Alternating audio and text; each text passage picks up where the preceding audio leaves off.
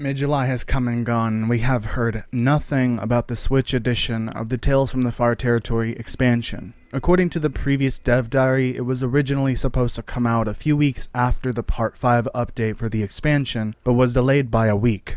The new release date was set for mid-July, and looking at the calendar now makes it seem like another delay has occurred. I would not be surprised if this was because of the backlash and removal of the Cougar from the previous update. At this point, I don't care if it keeps getting delayed. I'm not going to buy it for Switch anyways. At this point, I care about the lack of communication. A certain someone at Hinterland did claim they would be better at communicating, but clearly that didn't last very long. This is a huge problem for Hinterland if they want to keep any goodwill that they have left with their fans.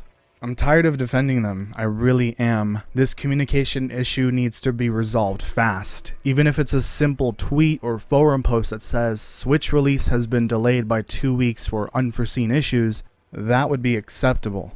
Also, don't get me started on the official forums. I've seen people talk about what's been happening there, and it's honestly really disheartening. What should be a place to discuss the game openly and freely, whether it's criticism, suggestions, or discussions about the game, the official forum should be that place. Whoever is responsible for turning it into a war zone of banhammers, I hope they see how bad this makes the company look. I don't need to name who it is because I'm pretty sure most people already know. I stated this in a previous video, but Hinterland desperately needs a community manager. This person's job would be to communicate between the company and the fans and vice versa. That is it. The community manager should only be focused on this one job and nothing else. If Hinterland does have a community manager, they are doing a very poor job, although something tells me they don't have one at all. Next, I want to talk about another problem that is becoming an issue for all players of the Long Dark. I've noticed that console editions of the game do see a lot of crashing issues. I mostly see it for PS5 and PS4, but this affects everyone. I remember last year we got a quality of life update that provided a lot of bug fixes to the game. This is something that console editions of the game desperately need. PC would also benefit from this because there are lingering bugs from previous updates. One bug I can think of that just barely got fixed was the rounding calculation error that would occur for things like oats, flour, water, and kerosene.